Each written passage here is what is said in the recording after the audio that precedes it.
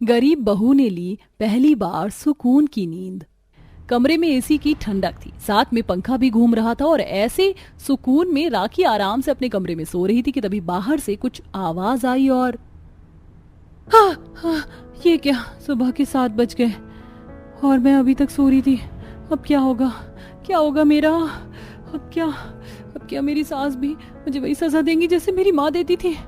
नहीं नहीं नहीं नहीं नहीं, नहीं मुझे फिर से वही दुख नहीं झेलना। मैं अभी से कभी नहीं सोऊंगी, कभी भी नहीं सोऊंगी, हमेशा जागी रहूंगी। बस बस मुझे कोई सजा नहीं झेलनी।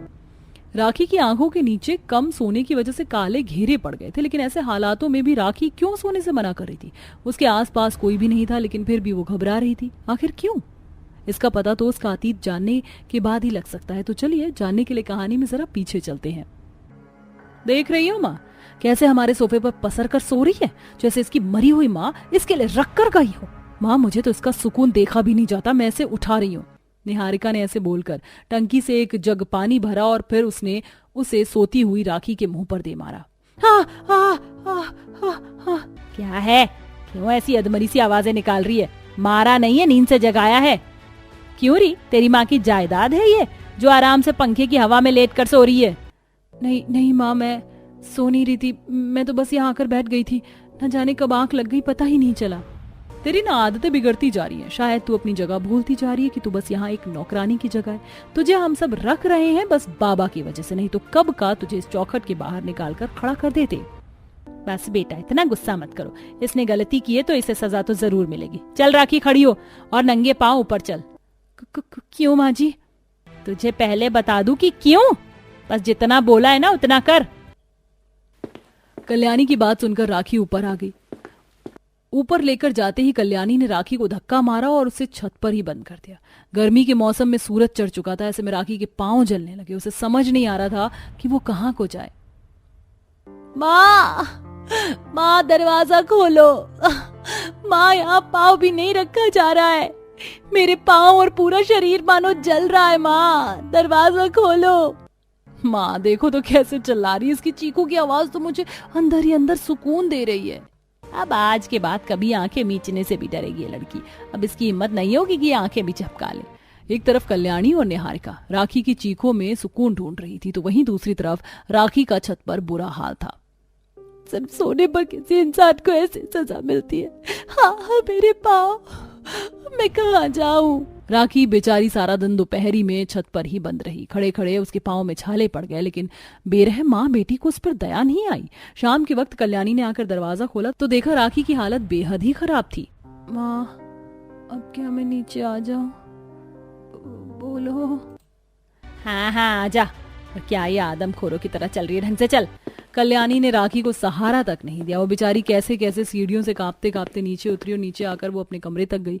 कल्याणी राखी के साथ ऐसे ही करती थी क्योंकि राखी उसकी सौतेली बेटी थी। निहारिका को भी सौतेली होने की वजह से राखी से कोई लगाव नहीं था। दोनों माँ बेटी ऐसे ही राखी के साथ बुरा बर्ताव करती थी और सबसे ज्यादा उनकी दुश्मनी राखी की नींद से थी। अगर कभी भी वो सो जाया करती तो कल्याणी उसे ऐसे ही सख्त सजा देती थी। ऐसे ही सिलसिला जारी था और अब राखी की शादी हो चुकी थी। राखी के बाप ने अच्छे घराने का लड़का देखकर राखी की शादी की थी, लेकिन मायके के जुल्म मन में दबाए आई हुई राखी अपने ससुराल में भी बेहद ही घबरा रही थी।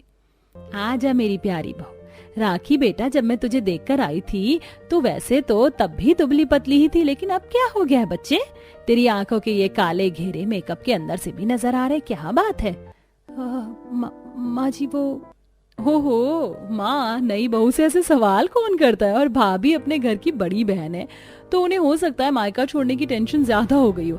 आप भी ना माँ, बहुत ही सवाल करती हो। चलो भाभी मैं आपको कमरे में छोड़ाती हूँ, सोने के बाद आपकी सारी थकान उतर जाएगी। शिखा ऐसे बोलकर राखी को उसके कमरे तक छोड़ आई। राखी अपने कमरे में जाकर बैठ गई। कुछ देर के बाद कमरे में उसका पति रोहन भी आ गया और अरे राखी, तुम सोई नहीं अभी तक? तुम्हारे तो चेहरे पर थकान साफ दिखाई दे रही है, चलो सो जाओ। नहीं नहीं, मुझे नहीं सोना, मुझे नींद नहीं आ रही है रोहन जी। अरे राखी, ऐसे डर क्यों रही हो? नहीं रोहन जी, मेरे पास मत आना, मैं ऐसे बैठी हुई ही सही हूँ। अच्छा ठीक है, मैं पास नहीं आता, लेकिन देखो एसी चल रहा है और कमरे में काफी ठंडक भी हो रखी है, तो तुम सो जाओ। डरो नहीं, अब से ये तुम्हारा ही घर है। रोहन ऐसे बोलकर लेट गया, लेकिन राखी बेचारी मन में डर दबाए हुए सारी रात बस जगती रही। सुबह के वक्त राखी को जरा नींद आ गई, लेकिन जैसे उसे यह एहसास हुआ कि वो सो गई थी तो फटाक से घबरा कर उठ गई। राखी ऐसे ही डर रही थी। डरते डरते वो नीचे गई तो देखा सभी परिवार वाले नाश्ता कर रहे थे। अरे बहू, उठ गई तू, आजा नाश्ता कर ले। नहीं नहीं, मैं ठीक हूँ, मुझे नहीं करना नाश्ता, मैं जल्दी से सफाई कर देती हूँ माँ, बस आप मुझे कुछ बोलना मत। राखी बिना कुछ खाए पिए सफाई करने लगी। उसे ऐसे डरता हुआ देख सुजाता को काफी अजीब लगा, लेकिन उसने ये सब नजरअंदाज कर दिया। हो सकता है शर्म आ रही हो, तुम दोनों नाश्ता कर लो, मैं बहू को बाद में नाश्ता करवा दूंगी। ऐसे ही राखी ने भूखे प्यासे सारे काम निपटाए। दोपहर के वक्त जब उसे थकान हुई तो उसकी सोफे पर बैठकर झपकी लग गई। राखी ने अभी आंखें ही मीची थी कि तभी वहां सुजाता आई और आकर बैठ गई। कितनी कमजोर हो गई है, पता नहीं रात को सही से सोई भी थी या नहीं, अब आंख लग गई है, सोने देती हूँ। सुजाता ऐसे बोलकर राखी पर चादर डालने लगी कि तभी राखी घबरा कर उठ गई। माँ जी, नहीं नहीं नहीं, मैं सोई नहीं थी, वो तो बस ऐसे ही। अरे बहू, कोई नहीं, क्या हो गया? अगर तू सो भी जाती तो। रसोई में काम है क्या? मैं जाती हूँ मैं। राखी डरते हुए रसोई में गई। पहले तो सुजाता इस बात को नजरअंदाज कर रही थी, लेकिन फिर उसे राखी की चिंता हुई और उसने इस बारे में रोहन से भी बात की। बेटा, बहू की हालत देख, कितनी अच्छी थी जब वो उसका रिश्ता मैंने तुझसे जोड़ा था, और अब ऐसी हो गई है। माँ, शादी वाले दिन भी वो पूरी रात जागी थी, उसे बिल्कुल भी नींद नहीं आई। मैंने सुबह उठकर देखा तो वो जगी हुई थी, पता नहीं उसको क्या हो गया है। तू एक काम कर, कल उसे कहीं घुमाने ले जा, घूम फिर कर आएगी तो उसका दिमाग खुलेगा, थकान होगी तो क्या पता अच्छी नींद आ जाए। सुजाता की बात को रोहन ने मान लिया। अगले दिन वो उसे घुमाने लेकर गया। वहां भी राखी गुमसुम और सहमी सहमी सी हो रही थी, और घर आने के बाद राखी को नींद आ गई और आराम से वो अपने बिस्तर पर सो गई। राखी को घूमकर अच्छा लगा था, जिसकी वजह से उसका दिमाग रिलैक्स हुआ और सुबह तक उसे सुकून की नींद भी आ गई। सुबह को 10 बजते ही सुजाता उसके कमरे में कॉफी लेकर पहुंची और राखी बेटा, उठ जा, सुबह हो गई है। क्या माँ जी, मैं नहीं माँ जी, मैं सोई नहीं थी, मैं सोई नहीं हूँ, मैं तो बस ऐसे ही आंखें बंद करके लेटी हुई थी। गलती हो गई माँ जी, माफ कर देना, बस मुझे सजा ना देना माँ जी, मुझे माफ कर दो। बेटा मैं जानती हूँ, शांत हो जा, डर नहीं, इतना डर क्यों रही है? वादा करती हूँ अब कभी भी नहीं सोऊंगी, मुझे माफ कर दो माँ जी। राखी, चुप, बिल्कुल चुप, शांत हो जा। बेटा, क्या बात है, जब से तू यहाँ आई है इतनी डरी डरी सहमी सहमी लगती है, और क्यों नहीं सोएगी तू? बिना सोए भी कोई इंसान चल फिर सकता है। बता, तू मुझे बता, किसने तेरे दिमाग में या तो सोने का डर बिठाया है? मैं तेरी सास नहीं, तेरी माँ हूँ। बता मुझे, किस वजह से तू इतना घबराती है? माँ जी, मैं शिकायत नहीं कर रही हूँ, लेकिन मेरी सौतेली माँ है ना, कल्याणी माँ, उन्होंने मुझे सो जाने के ऊपर मेरे मायके में मुझे बहुत सताया है। मैं आंखें बंद करूँ, अगर उन्हें दिख जाती तो वो गर्मी में मुझे छत पर बंद कर देती थी, और सर्दी में ऐसा होता तो मुझे ठंडे बर्फ के पानी से नहलवाती थी। माँ जी, मैंने सोने के ऊपर बहुत कुछ झेला है, आप तो मुझे सोने के ऊपर ऐसे नहीं सजा दोगी ना? सुजाता ने राखी की बात सुनकर उसे गले लगा लिया और बिल्कुल भी नहीं, तू मेरी बेटी है, तेरा जब दिल करे और जब तक दिल करे तू सोना बेटा। मैं वो अत्याचारी सास या माँ नहीं हूँ जो अपनी बहू बेटियों को सांस भी नहीं लेने देती है। तू देख, मैंने तुझे खुश रख कर वापस से दुरुस्त ना कर दिया ना तो मेरा नाम बदल देना, लेकिन मेरी बच्ची, इसके लिए तुझे भी अपने इस डर को निकालना होगा। तू आराम से रात को सोया कर, हम सभी तेरे अपने हैं, दुश्मन नहीं। सुजाता की बातों से राखी को बहुत ज्यादा सुकून मिला। बस फिर क्या था, उसी दिन से राखी को अपने ससुराल वालों का डर निकल गया। अब वो रोजाना सुकून की नींद लेती और सबके साथ अच्छे से रहती थी, जिसकी वजह से उसकी सेहत उसके शरीर और चेहरे से भी झलकने लगा था और अब राखी की जिंदगी में सुकून हो चुका था। आज अमीर अंजना देवी के 4 मंजिल वाले मकान में चकाचौंध छाई हुई थी। अरे ओ बेटा, तुम्हें इस शादी में मक्खी मारने के लिए नहीं बुलाया, बाकी मेहमानों को खाना खिलाने के लिए बुलाया है। जाओ, जाकर चेक करो किसी के प्लेट में कोई चीज कम तो नहीं है। मैम साहब, बहुत ज्यादा गर्मी लग रही है, थोड़ी हवा खा लेने दीजिए, फिर जाकर देखता हूँ। अरे वाह, 2 कौड़ी के वेटर, अपनी औकात देखी है तूने, जो इम्पोर्टेंट एसी की हवा खा रहा है। जाकर काम कर। पसीने पसीने होकर गरीब वेटर खाना खिलाता है, तभी पड़ोसन सुमित्रा कौशल्या आती हैं। बहुत ही अच्छा खासा खाने पीने का व्यवस्था किया था अपने अंजना जी। वैसे बफे सिस्टम का खाना काफी महंगा पड़ा होगा। सुमित्रा के पूछने पर अंजना को अपनी शेखी बघारने का मौका मिल जाता है। सुमित्रा जी, अब ढंग से शादी करने में खर्चा तो ज्यादा लगता ही है। एक ही तो बेटा है मेरा, मैं तो अपनी इकलौती बहू को पलकों पर बिठा कर रखूंगी। अच्छा जी, हम चलते हैं, अभी शांति बहन के घर जाना है, आज उनके बेटे की बारात थी। जाइए जाइए, शौक से जाइए, मगर यहाँ की तरह शानदार शाही पनीर मटर पनीर थोड़ी खिलाएंगी, पूरी सब्जी ही खिलाएंगे, बस हो गया शादी का खाना।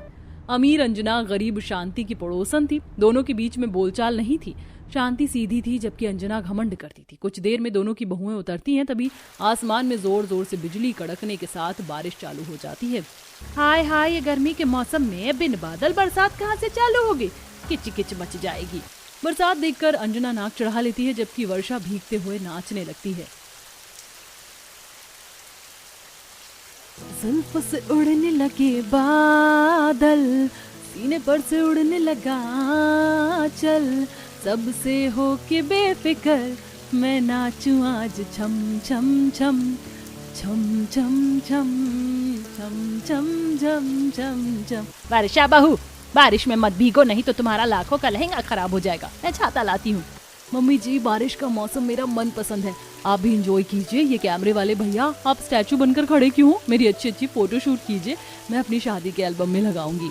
अरे ओ कैमरे वाले बाबू, खड़ा होकर देख क्या रहा है? फटाफट से मेरी बहू की बढ़िया बढ़िया बारिश में फोटो खींच दे, ताकि मेरे गरीब पड़ोसी जलकर खाक हो जाए।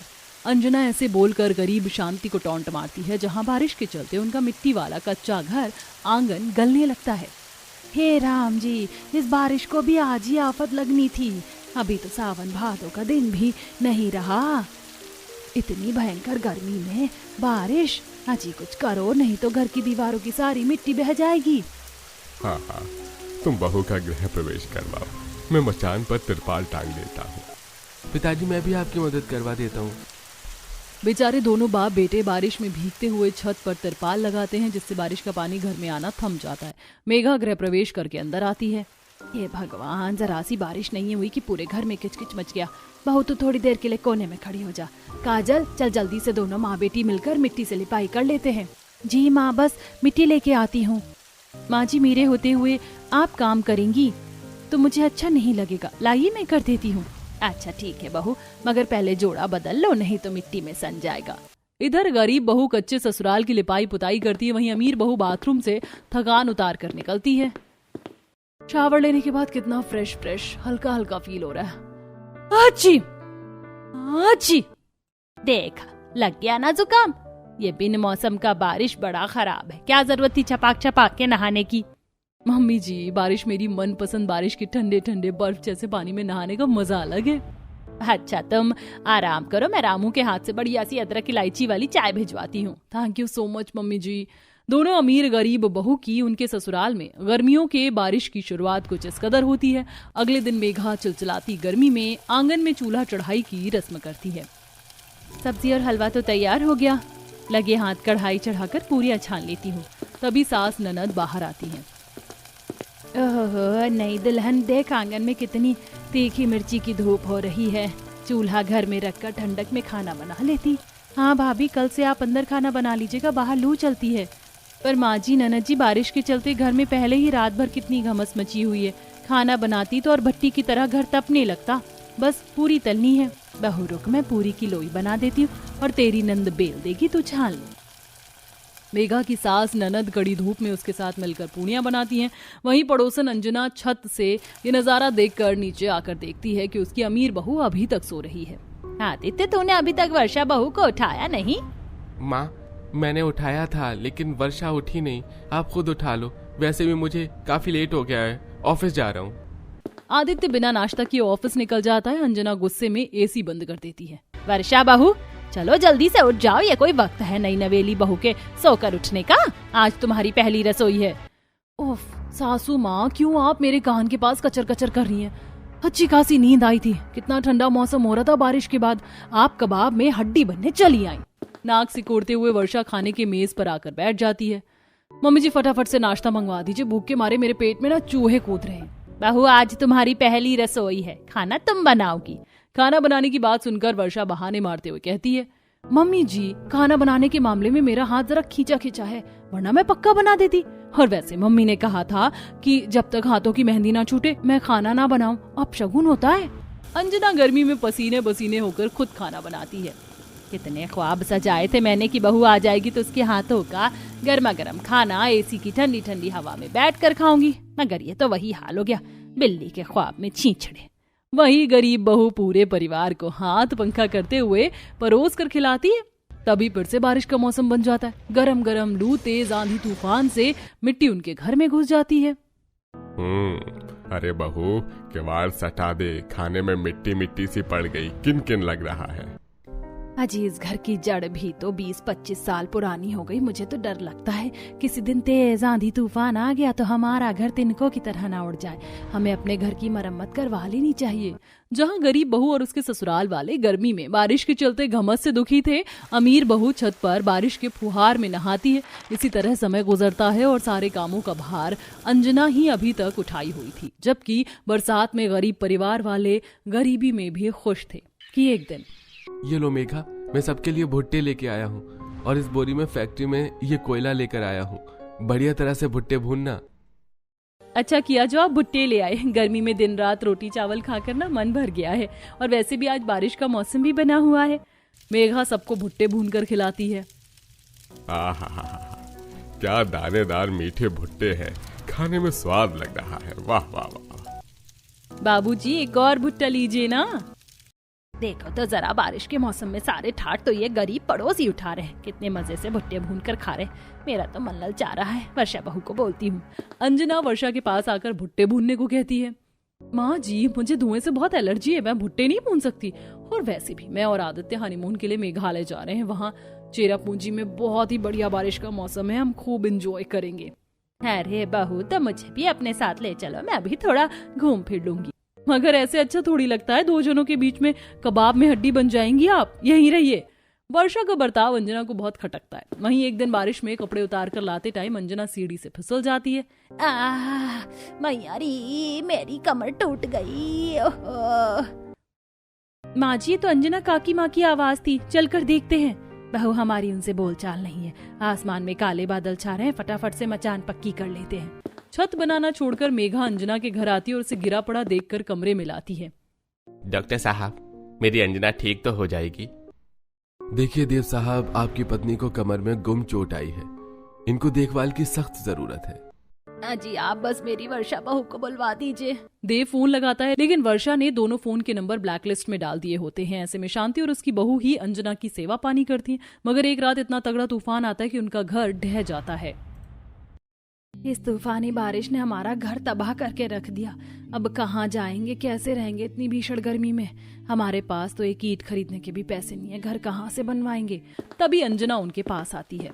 शांति बहन, आप लोग मुझसे पैसे लेकर ना घर बनवा लीजिए, जब हो तब थोड़ी थोड़ी करके चुका देना। आपकी बहू ने दुख पड़ने पर सगी बहू की तरह मेरी सेवा पानी की है। मम्मी जी, इन गरीब लोगों ने आपकी 4 दिन सेवा पानी क्या कर दिया? आप इन पर सब कुछ न्योछावर नहीं कर सकती। मैं आपकी बहू हूँ। खबरदार, जो तूने खुद को मेरी बहू कहा। जब बिस्तर पर पड़ी सास की सेवा की बारी आई तो फोन नहीं उठाया गया, और अधिकार जमाने के वक्त तुरंत सास याद आ गई। मेरा धन, मैं जिसे मर्जी दूं बहू। सास का फैसला सुनकर वर्षा हाथ मलकर रह जाती है। वहीं गरीब परिवार वालों का पक्का घर बन जाता है, जिससे बारिश की समस्या अब खत्म हो जाती है।